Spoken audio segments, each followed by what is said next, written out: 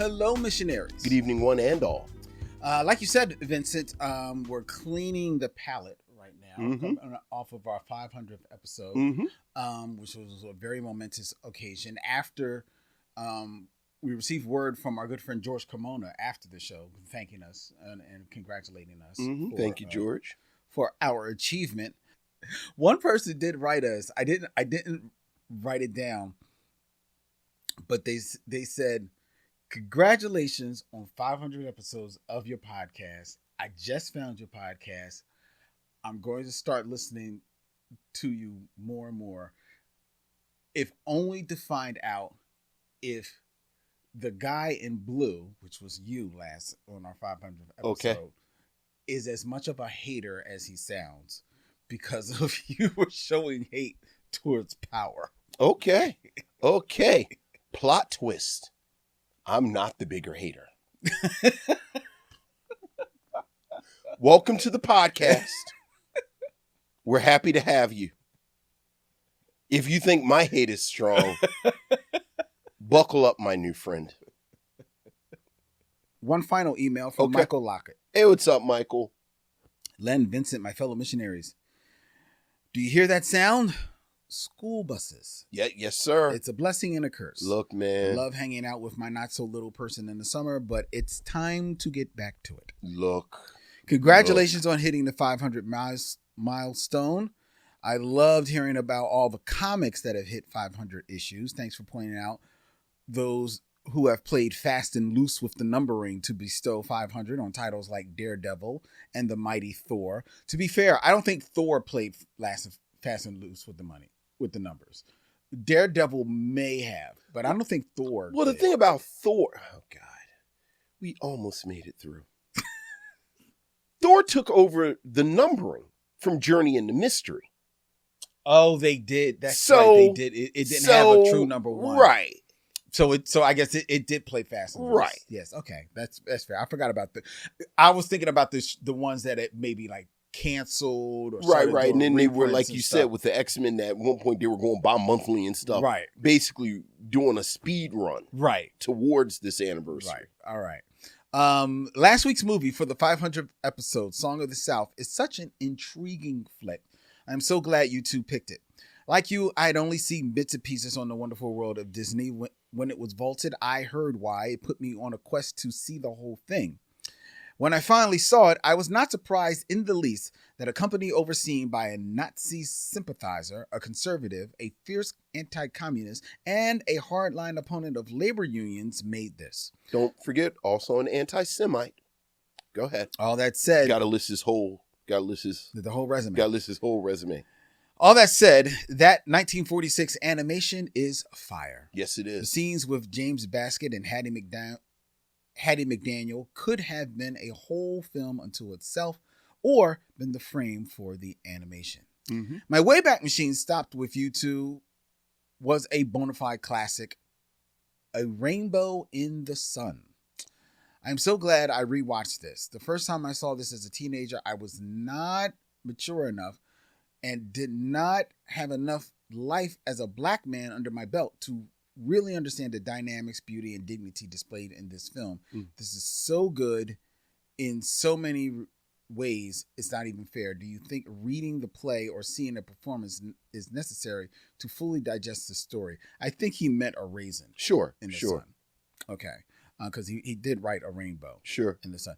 How about you're the academic here? Do you think that reading the play or seeing a performance of the play is necessary to fully digest the story of A Raisin in the Sun?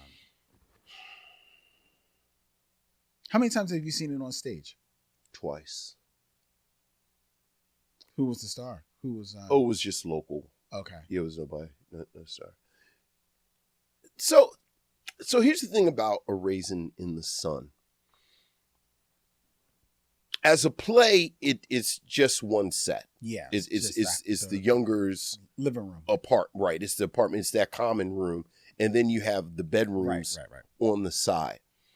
And I do think in a lot of ways that's necessary to feel Walter, and Walter, who is the main male character, he's the son, his claustrophobia. Right.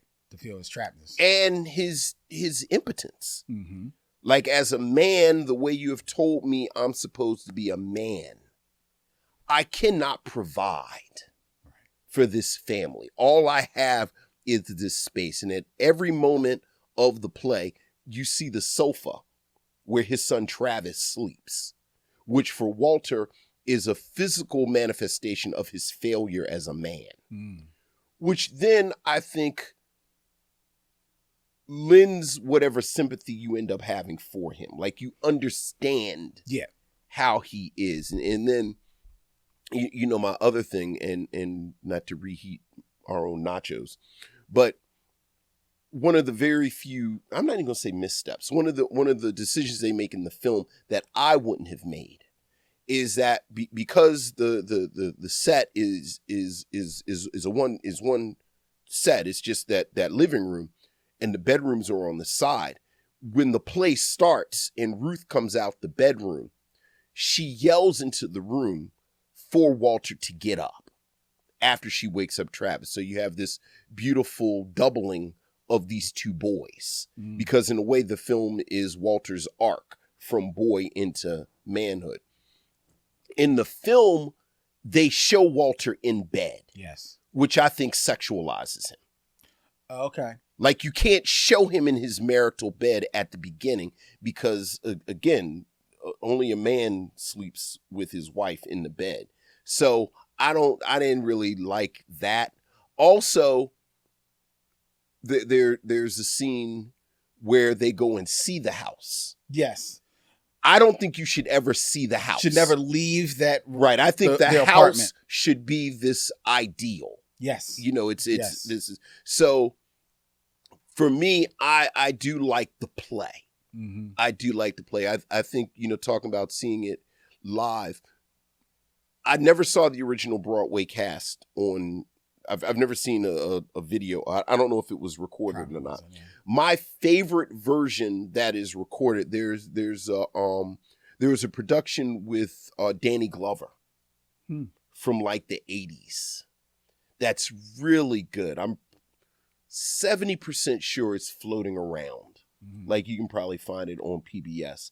But that's my favorite kind of version of the play. But, you know, if the play you give 100, I give the movie like a 97.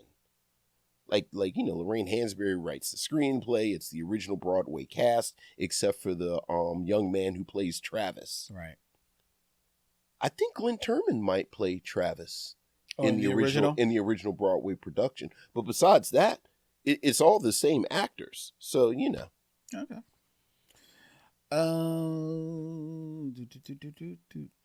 Michael continues. Okay. I don't know if you two saw any of the coverage of D23, the Disney. Basically, Disney holds their own Comic-Con. Yeah.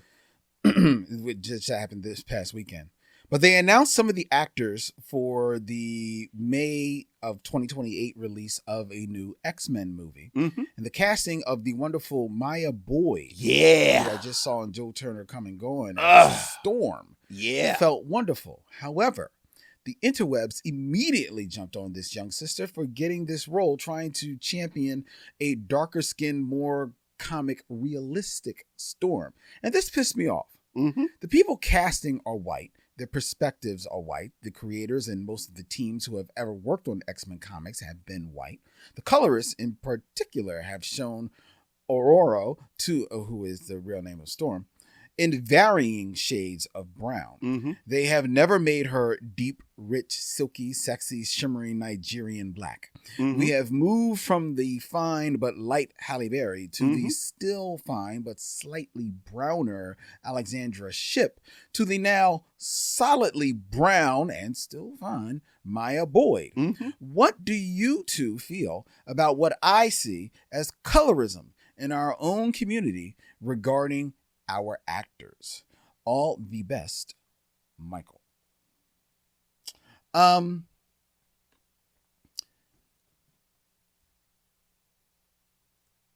As someone who has, regardless of the shades that people have, I guess, colorists have shown her in the character Storm to be in the comics, and that is primarily because as the years have gone on, the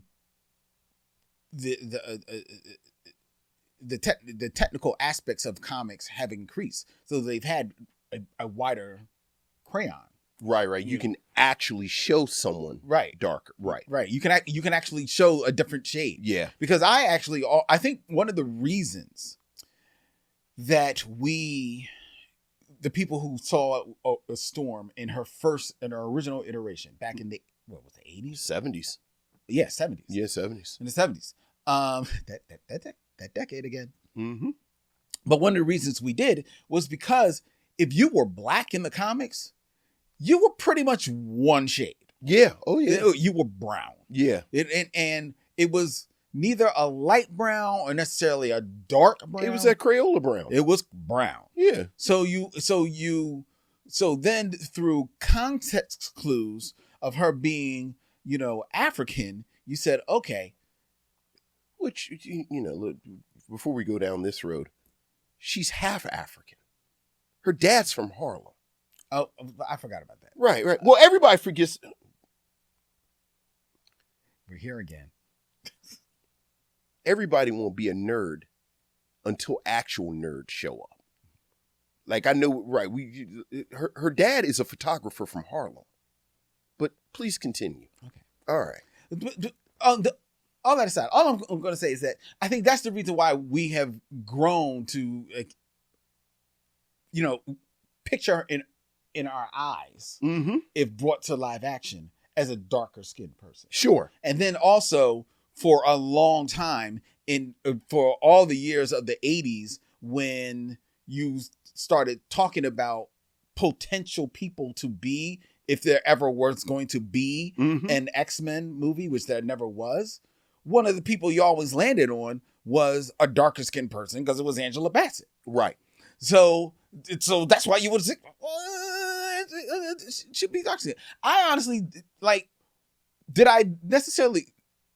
didn't agree with the casting of Halle Berry, but I knew what the casting of Halle Berry was about. Right. It wasn't about her skin. It was about her name. Right. That's right. Exactly. That's why Halle Berry. And the people in the room doing the casting were concerned about these issues. No, they weren't. They weren't. Maya Boyd, just cutting to the chase, when seeing her that she was cast, I was all for it. I'm all for it. As far as colorism, I mean, I think there is something to be said about, championing darker skinned women. 100%. And seeing them fully depicted in television and in films, in all their glory, in all their multiple shades, and in all their nuances. Absolutely. And when there are opportunities to do it, I think not so much Storm, but I'm thinking about when Zazie Beetz was cast as Domino in the Deadpool movie. Mm-hmm. And I heard from some people who didn't, those shade on Zazie Beetz, a lighter skinned woman, but they also, Domino was a person that they saw it's usually depicted in the comics as a darker skin. I thought Domino was white in the comics. Pretty sure Domino was white in the comics. Like, they actually race switched Domino. Well, I don't know. I just know people. There were people I heard from people who didn't like Zazie Beetz being cast as Domino, but saying that if they were going to get a black person, they would have preferred it being a darker skinned person. Sure. I have to be honest. I stopped with the X-Men in the 80s. Sure. And sure. A lot of these X-Men, you at me with them. Look. I never discount or dismiss black women's concerns over colorism.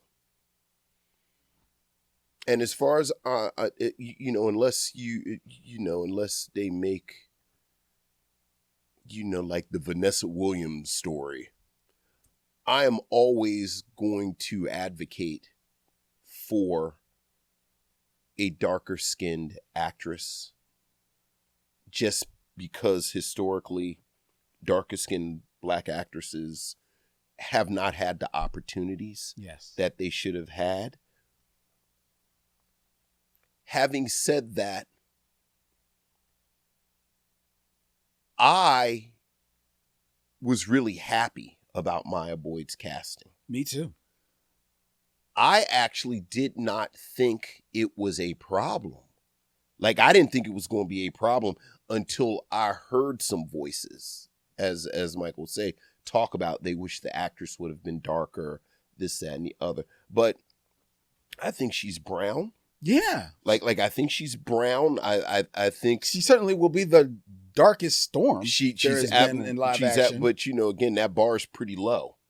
Okay. I think the last, it was Alexandra Shipp. Like, is she biracial? Like, I think. Alexandra? Yeah, I think the last two storms have been biracial. I think so. So, okay. I think the other thing is, I wanted to be Jamie Lawson, but I feel like they were going for young actresses. Which makes sense. Like, this cast is young. Yes. So, I'm okay with it. Not only am I okay with it, I'm actually happy about it. Like, I've seen Maya Boyd's work. I didn't see her in Joe Turner's Come and Gone, but from everything I've heard, she was really good in it. And, you don't just jump on August Wilson on Broadway. Right. So I was happy, but at the same time, I am sensitive to the critiques from my sisters. That's the thing. Who were talking about from the Black women talking about it. I'm with you. I mean, they're the only ones I'm listening to. Oh, that's the only ones you're listening to. But when I'm hearing, Vince is vicious with separating the signal from the noise. Right, but when I'm hearing him say the interwebs, I'm hearing the Joe Knuckleheads, and I ain't got time for them. Oh, I don't listen to the generalized chatter about anything because it's general in its chatter, and I'm too old and a hater. Apparently, apparently I'm a hater.